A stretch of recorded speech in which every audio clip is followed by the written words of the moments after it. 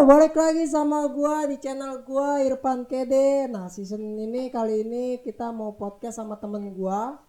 Nanti dia memperkenalkan diri. Kebetulan temen gue ini yang kemarin di video sebelumnya kan sudah gua jelasin, gua udah ngewarnain ngecat rambut.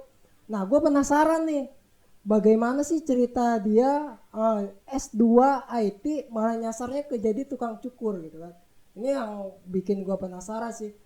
Kenapa penasarannya? Karena penghasilannya yang sangat lumayan gitu kan menurut gua.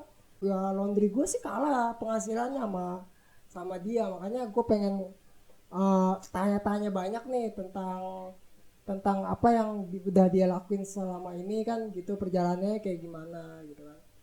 Oke, langsung aja gua kenalin. Halo guys, assalamualaikum warahmatullahi wabarakatuh. Waalaikumsalam warahmatullahi wabarakatuh. Nama gue Tri Asna Taufik, asalnya sih dari Jawa, Jawa Tengah, tepatnya di Purworejo. Jadi sebenarnya sih di sini juga merantau sih gitu. Oke ya. Kebetulan di sini daerahnya Cikande Serang Banten. Orang Purworejo jauh lah gila. Orang perantau, makanya buat teman-teman gue khususnya yang di daerah gue yang masih nganggur gitu ya, orang luar aja semangat, masa lu enggak gitu kan. Makanya tonton video ini terus, ini bakal bermanfaat buat lu. Kenapa bermanfaat? Karena gue di podcast ini akan menghadirkan para pengusaha-pengusaha muda yang sukses sekarang gitu kan. Bukan untuk ria ataupun apa, tapi untuk memotivasi gitu. Oke Tri, gue pengen nanya-nanya sedikit sih. Lu kan merantau di sini ya? Siap. Merantau itu sejak kapan sih? Merantau dari Purworejo ke Banten itu sejak kapan? Gue merantau dari 2011. Jadi dari lulus SMA, awalnya gue sebenarnya kerja di kayak fotografi gitu kan. Jadi syuting manten gitu loh. Jadi jasa fotografi Uh, untuk pernikahan. Ya betul. Iya. Cuman gua kalau misalkan apa di sana tuh sering di rumahnya karena masih belajar sih waktu itu. Jadi kalau misalkan ada di lapangan, gua baru kerja gitu. Tapi kalau misalkan nggak ada kerjaan di lapangan, ya gua nganggur gitu. Berarti datang ke sini merantau itu masih nganggur. Ya awalnya sih nyoba nyari kerjaan gitu. Sama di rumah saudara. Di rumah saudara di Permai. Gitu. Berarti berarti sudah kisaran berapa tahun tuh? 9 berarti. Di Udah sini. lama juga ya. 9 tahun. 9 tahun merantau. Dan kenapa sih awal mulanya lu, kalau gua kan mungkin bisnis laundry gitu kan sama website. Iya. Lah lu kan nih S2 IT gitu kan. Ya gue yang memang nggak ada basic IT, yang kerjanya di IT gitu. Lu yang S2 gitu kan, S2 Iya. malah ke jadi tukang cukur. Itu gimana sih lu memutuskan untuk jadi tukang cukur? Jadi ya gua ceritain singkat aja ya. Ya, singkat aja lah. Iya. Sebenarnya sih gua itu terjun di dunia tukang cukur itu perantaranya itu dari ini masih minyak rambut, punya brand pomade gitu. Jadi itu di tahun 2016 gitu. Itu Jadi bikin sendiri. iya itu bikin sendiri. Ya, awalnya sih sebenarnya sih ada temen ngajak tuh kan. Awalnya gue nggak tahu itu pomade apaan sih, bakalan bisa jadi ibaratnya tuh bisnis yang menjanjikan nggak sih gitu kan. Terus gue awalnya meragukan gitu kan, cuman waktu pas nyoba awalnya kan custom dari orang Jawa waktu itu. Jadi yang bikin orang Jawa, kita cuma nge-labelin, jualin ke orang, cuman kan kita nggak dari nol lah ya, bahasanya reseller lah gitu kan. Terus nah gue ajak temen gue itu buat kita pengen nge-brewer sendiri gitu dari nol, cuman ya gimana ya, ya namanya kalau bisnis berdua itu ujung-ujungnya pasti ada konflik atau kayak gimana. Ya udah akhirnya gue jalan sendiri lah gitu kan. Terus ya gue ngulik apa sih, ngebikin pomade-nya itu kan sampai akhirnya jadi 2016 gue launching. Terus gue review ke orang-orang yang penyuka pomade sama yang bisa review pomade gitu kan. Terus di upload di Instagramnya si orang itu gitu kan, yang gue endorse gitu kan. Terus akhirnya ya udah tuh, kata si yang gue endorse itu feedbacknya juga bagus. Ya udah makanya gue produksi, gue tawarin ke teman-teman kerja. Ya udah banyak yang pada beli gitu. Berarti lu buat pomade sambil kerja. Iya, waktu itu masih kerja Sambil gua. kerja di pabrik kan. Iya, waktu itu kerja di pabrik gua. Kerja di pabrik. Terus modal pertama lu buat bikin pomade tuh berapa sih? Kalau modal sih mungkin berapa ya? 1 juta kali ya. Makanya 1 juta Ya ya. kurang kurang lebih segitulah gitu kan. Nah, tapi dari segi keuntungan mungkin lumayan. Ya lumayan sih kalau dibilang berapa ya, intinya lumayan lah Hmm. gitu kan. Makanya gua sampai sekarang pomade juga masih jalan gitu. Balik lagi nih ke detail lu yang masih gue penasaran sih. Pasti yang temen-temen juga penasaran. Kenapa sih lu kuliah S2 tapi ingin berbisnis gitu? Kalau menurut gua ya, prinsip gua itu ilmu itu nggak ada batasnya gitu. Jadi eh yang tua itu pun juga masih ada yang kuliah gitu kan. Karena kita kuliah juga yang pertama buat nyari ilmu, yang kedua itu buat nyari pengalaman gitu. Pengalaman itu dari kita kenal dari teman kuliah kita kayak gitu. Relasi lah. Iya, relasi. Intinya sih ya gimana ya, nggak ada salahnya juga sih gua walaupun udah terjun di dunia bisnis tapi gua tetap masih kuliah gitu. Nggak ada salahnya, justru banyak apa ya, banyak manfaatnya gitu. Tapi dunia bisnis ya balik lagi memang menjanjikan ya Tri ya. Iya sih benar. Tapi resikonya juga pasti Iya ada. benar. Berarti memang pilihan lu ya S2 itu ya ilmu sih. Kalau gua kan mungkin dulunya memang tidak ada biaya gitu kan. Makanya nggak sampai S1. Nah, dari lu kuliah berarti lu kuliah itu sambil kerja juga sama. Iya waktu itu gua kuliah sambil kerja waktu pas gua kuliah S1 kan. Nah, gaji di pabrik kena berapa sih? Ya Dulu? UMR lah gitu kan. UMR Ya paling berarti waktu itu gua 35. masih 2000, terakhir keluar gua 2018. Ya, Ya gaji 35, gua masih UMR di atas dikit lah. 38 ya. Ya sekitar segitulah. 3,8 juta Iya. per bulan tuh penghasilan di pabrik di daerah gua tuh. Nah, bagaimana sih lo ngejalanin bisnis ini sampai punya 2 cabang yang kemarin kita lihat juga kan, dari lu ngeyakinin lu resign dari kerjaan lu yang udah menjanjikan gitu kan, keluar dari zona nyaman lu, terus memutuskan untuk yes gue fokus di barber gitu kan, gue fokus gue harus bisa di barber. Dan pertama itu pasti modal kan, modal dan relasi-relasi. Iya benar. Gimana sih perjalanan lu tuh? Nah balik lagi yang tadi kan awal pomade nih. Nah kenapa lu buka barber? Karena waktu itu jadi gimana ya? Ya itu perantaranya pomade. Jadi gue sistem jualnya pomade itu sistemnya konsinyasi. Konsinyasi itu kayak ibaratnya kita nitip barang, nanti pengambilannya setelah barang itu laku gitu. Jadi kayak gitu. Jadi nitip dulu, duit mah nanti kalau udah laku baru gua ambil lah.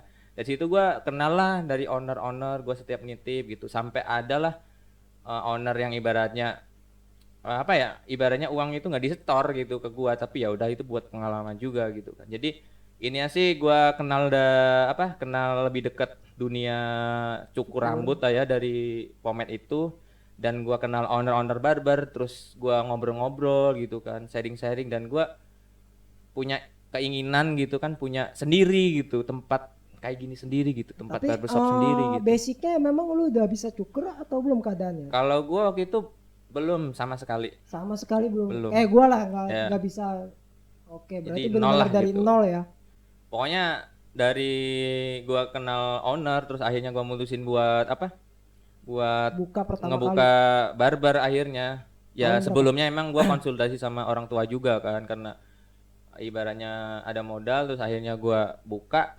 Terus yang pertama sih gua tuh iniin karyawan lah gitu. Gua dulu belum bisa nyukur sama sekali. Jadi intinya gua belum 100% terjun di dunia barbershop. Jadi gua ibarat tuh kayak apa ya? Cuman memanajemen doang lah bahasanya mungkin ya. Ngemodalin jadi orang yang kerja gitu. Tapi modal benar-benar dari Iya, bukan dari orang tua ya, bukan dari gua sendiri gitu. dari kita sendiri. Oke, berarti emang awal buka lu basicnya sama sekali nggak jadi tuang cukur? Kagak bisa gue. Sik. Gila juga ya. Pertama kali tuh lu buka barber kan pertama kali depan-depanan sama gua tuh itu modalnya kira-kira berapa sih? Biar teman-teman tahu nih. Oh, gua Oke, buka oke.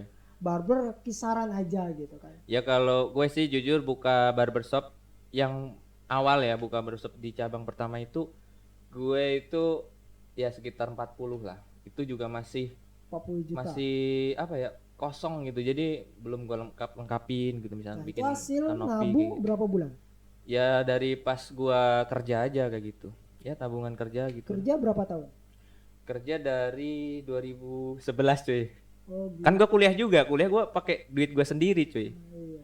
Pertama kali 40-an lah, 40 40 juta. juta ya. Itu gua dapat 2 kursi, udah buat sewa ruko, terus mesin ya 2 gitu kan, terus sama kursi tunggu, terus semuanya lah peralatan buat Oh, berarti ngerombak semuanya gitu. dengan 40 juta itu lo udah ready untuk Iya, buka ready buka untuk 2 kursi gua.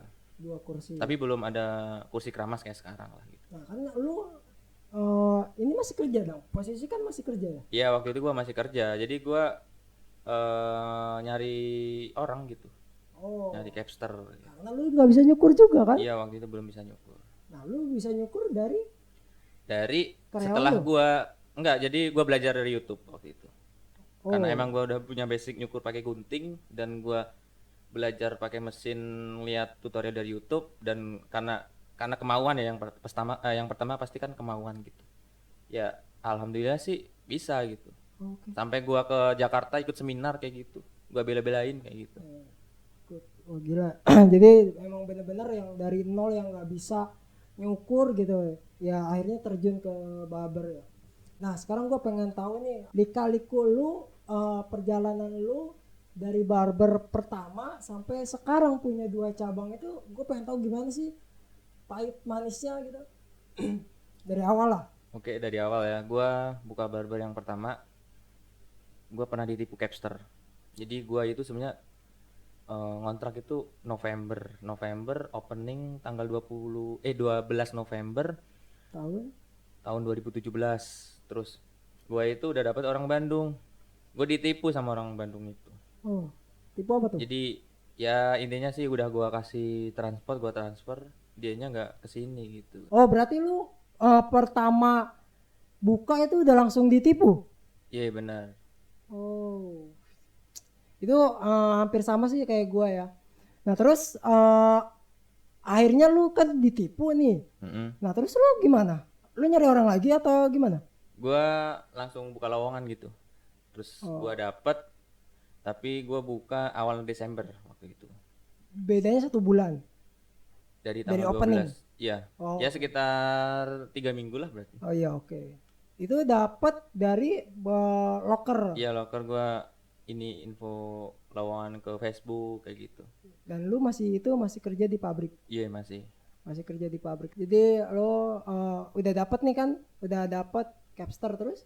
Ya alhamdulillah sih tetap jalan dengan Sabtu Capture waktu itu dari awal Desember 2017 sampai sekarang alhamdulillah bisa punya 2 cabang gitu. Awalnya cuman satu, ganti ikut gua itu waktu itu sekitar 7 bulan tuh satu capture itu, alhamdulillah sih dia buka sendiri tuh, dia keluar buka sendiri gitu.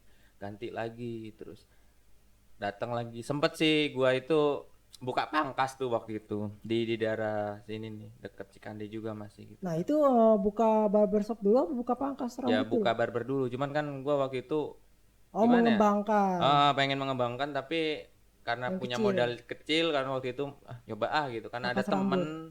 temen ngejual pangkasnya, ternyata gua itu dipahitin lagi sama temen gua itu. Ya intinya sih pangkas itu tetap gua beli, tapi ternyata gua ditipu, alat-alat semua dibawa kabur, gua ditinggalin cuman kursi sama cermin itu doang, tapi gua tetap jalan, tapi selama 3 bulan doang pangkas itu.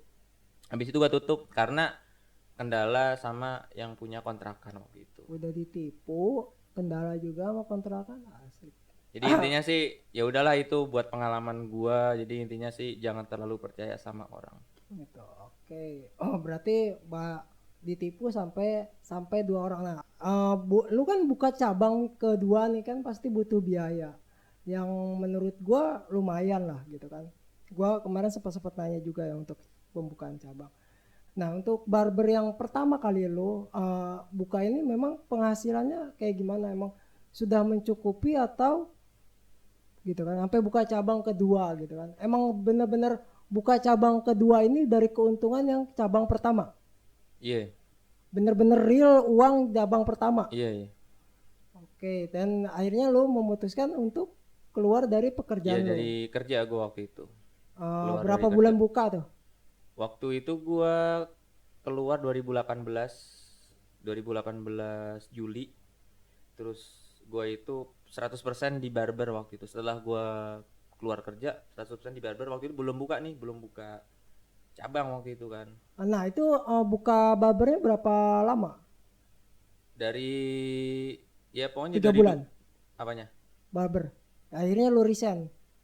Pokoknya dari 2017 gua resign, terus setelahnya gua 2018 Juli resign ya kan.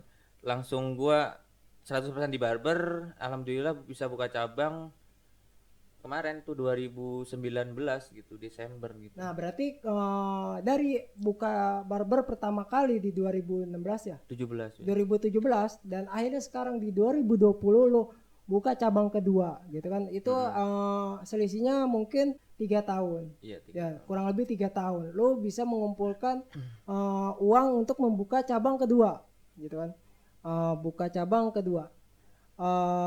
Itu untuk buka cabang kedua kan awal lu ini kisaran 40 juta gitu kan untuk cabang pertama. Nah, untuk cabang kedua gimana? Apa memang harganya sama atau lebih memperkecil? Kalau gua ya contohnya, gua akan buka cabang laundry tapi modalnya tidak segede yang cabang pertama gitu kan. Apa lu kebalikannya? Kalau gua yang di cabang kedua ini jujur modal lebih gede daripada cabang pertama. Itu sekitar 70-an lah gua keluarin duit buat apa di cabang kedua itu. Karena yang di cabang kedua itu kontrakan itu lebih mahal daripada yang cabang pertama gitu. Terus gua itu buka 3 kursi, langsung ada kursi keramas, langsung ada full service, gua terapin full service gitu. Jadi nggak kayak di yang di cabang pertama gitu. Dia cuman servisnya cuman haircut doang kayak gitu. Oh, berarti memang cabang kedua ini lu prioritaskan agar lengkap lah ya Iya, gitu benar kan. sekali. Makanya modalnya lumayan 70 jutaan lah ya. Wah, lumayan lah untuk penghasilan dari cabang pertama real sampai 70 itu 3 tahun ya. Lu memang benar-benar bisa nabung. Ya alhamdulillah. Makanya kalau mau sukses ya pintar-pintar nabung juga. Betul Kalau sekali. kalau masih bujangan ya kalau nggak bisa ya menikah lah gitu kan kayak Iya, gua. benar. Sekarang umur berapa? Gua umur 26 jalan 27 ya. Iya, 7. Udah rencana menikah? Rencana menikah ya Pasti dong, udah punya 2 pastilah itu mah. Cuman cabang, kan bro. gua S2 lagi. gimana ya? Ya sambil menyelam minum air lah. Nah, ya oke. Lu kan titel nih, yang titel lu S2 yang gua angkat. Dan gimana titel lu itu? Dengan Ya titel lu alhamdulillah S2? sih. Ya gimana ya? Gua itu ngambil kuliah S2 ya. Ini cerita masalah kuliah dulu ya. Jadi kalau kuliah S2 itu sebetulnya gua itu gratis cuy. Jadi itu dari kampus gua di S1 dulu dia ngadain apa sih kuliah gratis ikatan dinas. Jadi nanti setelah dikuliahin bakalan ngabdi gitu. Jadi dosen gitu. Lalu nanti ujungnya jadi dosen. Nah, iya sih cuman nggak wajib. Jadi sebetulnya itu kenapa kampus gua itu bikin ikadin gitu, ikatan dinas di kampusnya karena mau akreditasi.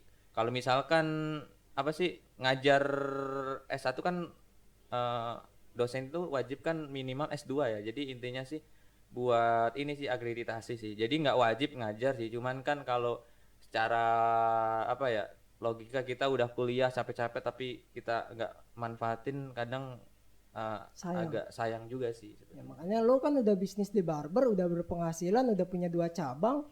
Dan dengan titel S2 lu kalau nggak dimanfaatkan ya sayang juga gitu kan. Apalagi dengan perjalanan lu dari S1 ke S2. Dan alhamdulillahnya memang dari program gratis kuliah juga ya. Hebat-hebat lah. Kalau gua lihatnya sih memang lu lebih dari gua lah menurut gua gitu kan. Nah pasti kan berbisnis ini ya kita sama-sama pengusaha, apalagi pengusaha muda gitu kan pasti banyak lika-liku yang kita lewatin. Nah, kiat-kiat lu itu kalau lu pribadi ya, gimana sih mengatasi ketika kita turun gitu, ketika memang namanya bisnis kita seakan-akan akan bangkrut gitu. Kiat-kiat lu yang lu lakukan apa sih? Kalau gue sih buat misalkan gue lagi ngomongin di bidang ini ya, Barber. ya, di bidang cukur rambut lah ya. Yang pertama gue itu harus konsisten satu. Oke. Terus kalau misalkan apa ya, dari apa sih, dilihat dari orang pasti kan setiap 1 bulan itu cukur rambut lah ya, rata-rata lah ya, ngomong rata. Jadi intinya kita harus selalu up to date sama tren yang sekarang lagi apa ya, tenar lah gitu, maksudnya model cukuran yang lagi ngetren apa gitu Berarti maksudnya. setiap bulan lu emang harus Harus berinovasi. benar-benar berinovasi gitu, benar. Kiat-kiat Tata. Terus dari 1 bulan lu berinovasi, nah yang bikin lu memang tetap bertahan itu apa sih, kayak promo yang lu lakukan atau apa gitu kan? Kalau gua kerja itu lebih mengutamakan kualitas kalau gua, bukan kuantitas. Jadi gua di bidang rambut, jadi pangkas gitu kan, pangkas rambut itu. Kalau gua lebih mengutamain kualitas. Jadi kalau gua kalau misalkan customer kita gua cukur dengan apa ya, benar-benar mementingkan kualitas, pasti customer itu bakalan balik Bakal lagi gitu. Intinya selalu yang tadilah, mementingkan kualitas daripada kuantitas gitu. Oke, wow. Tapi yang tetap satu, customer is number one. Iya Gitu kan. betul sekali. Pelayanan service number one. Terakhir deh buat penutup nih, tips dan saran buat teman-teman kita yang mau jadi pengusaha muda apa sih? Pengusaha banyak nih kan yang mau baru lulus sekolah gitu kan, ingin jadi pengusaha. Tips dari lu apa tuh? Kalau tips dari gua nih ya teman-teman, buat pengusaha pemula atau yang masih muda-muda pengen buka usaha, itu tuh jangan takut untuk mencoba yang pertama itu. Tapi ya satu sih, kalau pengen mencoba hal yang baru, teman-teman tuh harus kuasain dulu itu. Misalkan teman-teman mau buka apa, ya berarti teman-teman harus kuasain dulu tuh ilmu yang teman-teman mau buka bisnis itu gitu. Jadi biar nggak sia-sia juga gitu, teman-teman buka usaha nggak terus rugi ya. Intinya sih ada apa ya, ada pengetahuannya lah. Jadi kalau misalkan kita buka usaha cuman modal nekat, nanti ya udah pasti apa ya, iya pasti bangkrut lah intinya Mas. Jadi intinya memang berani untuk mencoba. Dan Pokoknya, satu nih, jangan pernah takut gagal, karena kita kalau misalkan belum mencoba, kita tuh nggak bakalan tahu hasilnya kayak gimana. ya betul banget. Ada lagi nggak yang menurut lu yang ditambahin buat tips saran? Ya paling itu sih. Gitu ya. Nah dari gua tips dan saran buat para pengusaha muda, konsisten yang tadi bilangin Tri juga konsisten, dan kalau lu udah nyemplung ya nyemplung sekalian, jangan setengah-setengah gitu kan. Itu dari gua. Makanya buat pengusaha muda nih yang ketika lu berbisnis ya jangan anggap itu main-main. Walaupun modal lu dikit, anggaplah itu serius. Dan lu harus punya masa depan untuk bisnis lu. Jangan setengah-setengah atau nyeburnya setengah-setengah. Kalau emang nyemplung ya nyemplung sekalian gitu kan. Kalau emang waktunya resign dari pekerjaan lu yang awal semula, ya resign gitu kan. Lu harus fokus di situ dan yakinkan diri lu sendiri. Oke, durasi juga kan udah lumayan gitu, lumayan. Terima kasih banyak udah nyempetin waktu nih, dia Sip, sama-sama. rela-rela nggak ke toko buat gua akhirnya bisa podcast di sini gitu. Thank you ya Tri, Sip. sukses terus sama Barber, semoga Amin. gua Sukses juga buat bisa Irfan KD. jadi investor ke cabang ketiga, nggak apa-apa. Amin. Boleh. Oke, buat teman-teman sampai jumpa di video gua. Nanti gua juga bakal ada pengusaha-pengusaha muda lain yang gua kenal gitu kan. Makanya terus tonton video gua, nyalain loncengnya, subscribe gitu kan. Jangan lupa like and share-nya pokoknya. See you di next video di Irfan KD Channel.